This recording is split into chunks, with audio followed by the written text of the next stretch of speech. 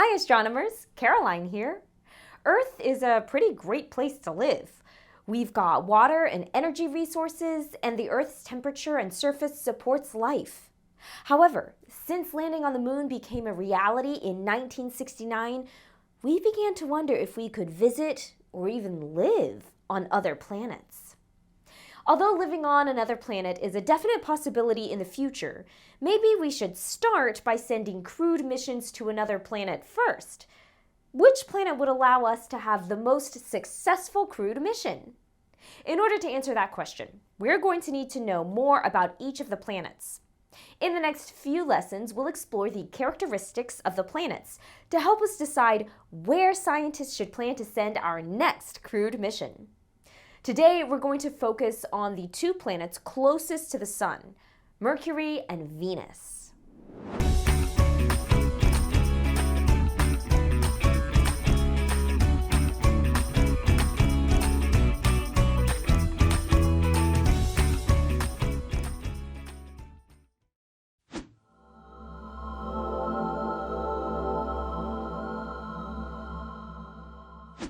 Our solar system includes the Sun, 8 planets, as well as many dwarf planets, asteroids, and comets. The 8 planets are divided into 2 groups, terrestrial planets and gas giants. The word terrestrial comes from the root word terra, which can be used to mean the planet Earth, or the more general use of the word Earth, which includes the ground or soil. Knowing this, what do you think the terrestrial planets have in common? Pause the video for a moment and record a prediction in your guided notes. The 4 planets closest to the Sun are terrestrial planets. Terrestrial planets are smaller in size and have hard and rocky surfaces that we could land on.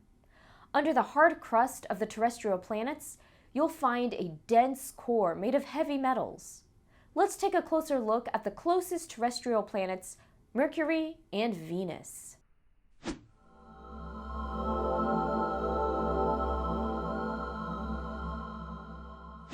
Mercury is the smallest planet in our solar system, about the size of our moon.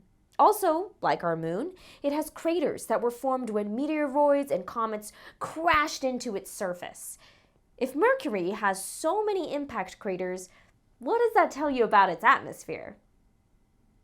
Again, similar to the moon, Mercury only has a thin exosphere surrounding it.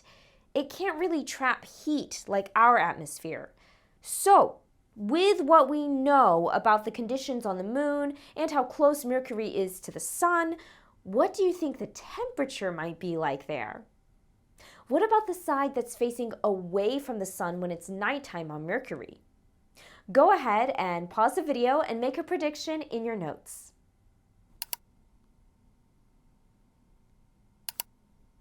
Even though it's the closest to the Sun, Mercury is not the hottest planet. Without an atmosphere, the planet experiences extreme temperature changes, so it gets very hot and very cold. The side of Mercury that is facing the Sun can reach over 400 degrees Fahrenheit, and the side facing away can drop to almost negative 247 degrees Fahrenheit. Those hot days on Mercury last longer than Earth days. Mercury takes 59 Earth days to rotate once on its axis. But why does Mercury rotate so slowly?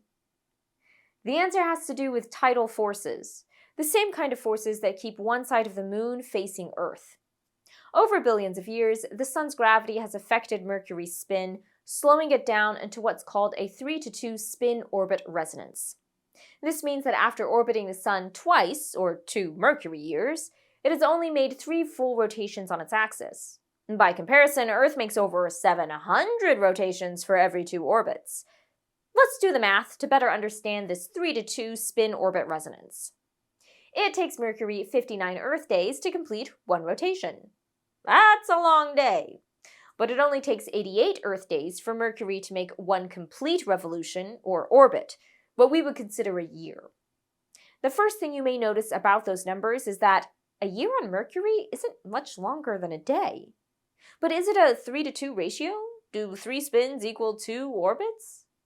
Well, 59 times 3 is equal to 177, and 88 times 2 is equal to 176.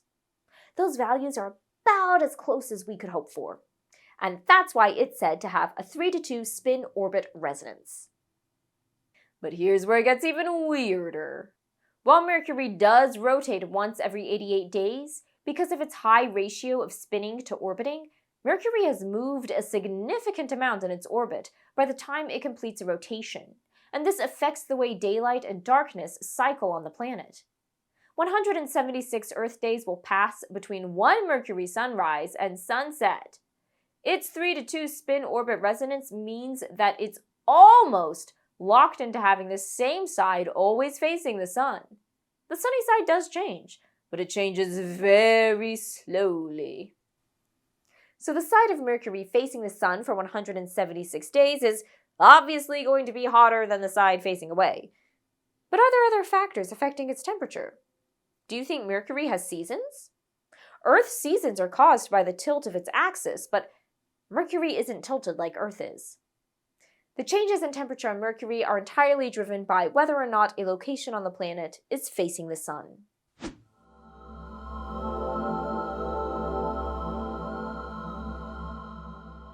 Now that we've got a good idea of what it's like on Mercury, let's take a look at the next planet from the Sun, sometimes referred to as Earth's evil twin, Venus. Venus is about the same size as Earth.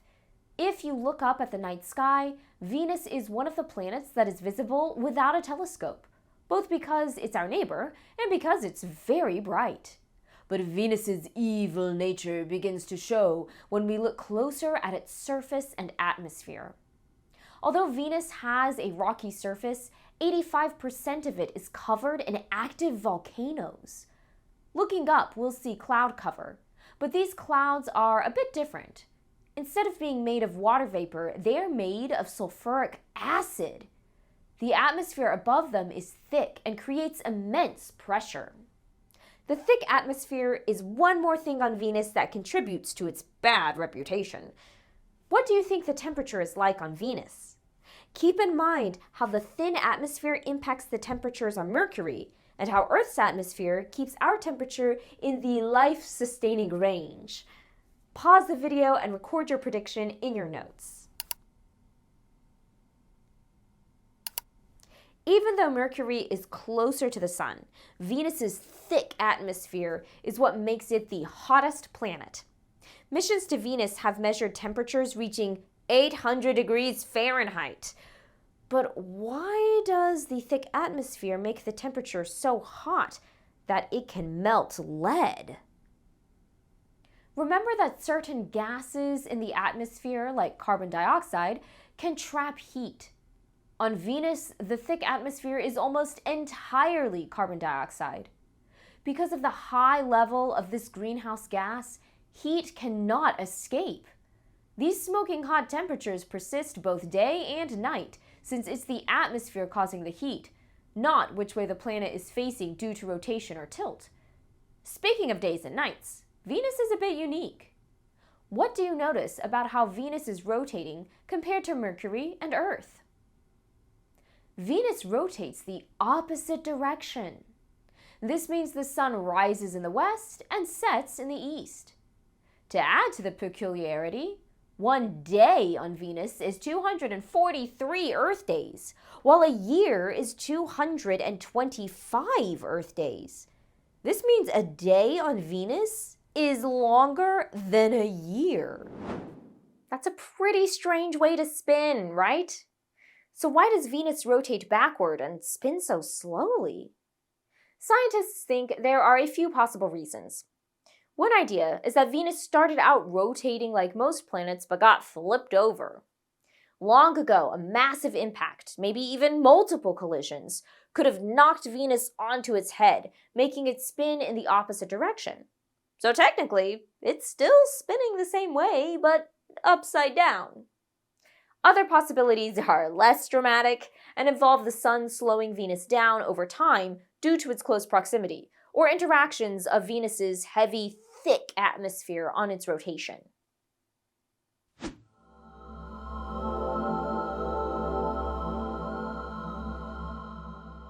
Now, if we did manage to invent spacesuits that could withstand the heat, what about gravity? Gravity is the force of attraction between matter, in this case between the astronaut and the planet. Remember, Mercury is about the size of our moon and Venus is about the size of Earth. So would we actually be able to stand on each, or would we float away? Pause your video and record your prediction. Since the mass of Venus is just a bit smaller than Earth's, the gravity on Venus is about 91% of the gravity of Earth. Mercury only has about 38% of the gravity Earth does because of its small size. So standing on Venus, you'd weigh a bit less than you do here on Earth, but on Mercury, you'd weigh a lot less. This means you'd be able to bounce around on Mercury as you explored, which sounds pretty fun to me. You now know that Mercury and Venus, like Earth, are terrestrial planets with hard rocky surfaces close to the Sun. Since it has no atmosphere, Mercury is covered in impact craters and has large temperature fluctuations. Venus is similar in size to Earth and has an active volcanic surface. Due to its thick atmosphere, Venus is extremely hot all of the time. So although they're both terrestrial planets and show evidence of water, it's pretty clear that the temperatures of Mercury and Venus are the main factor preventing crewed missions to these planets with our current technology. But scientists are always making new discoveries, and engineers are always inventing new solutions. So that means we never know what the future will hold. You can explore more about Mercury and Venus and the data that scientists have collected in the additional activities for this lesson. And in our next lessons, we'll keep exploring the other planets. Hopefully one of them is more promising for a crewed mission. And always remember, you are out of this world. See you next time.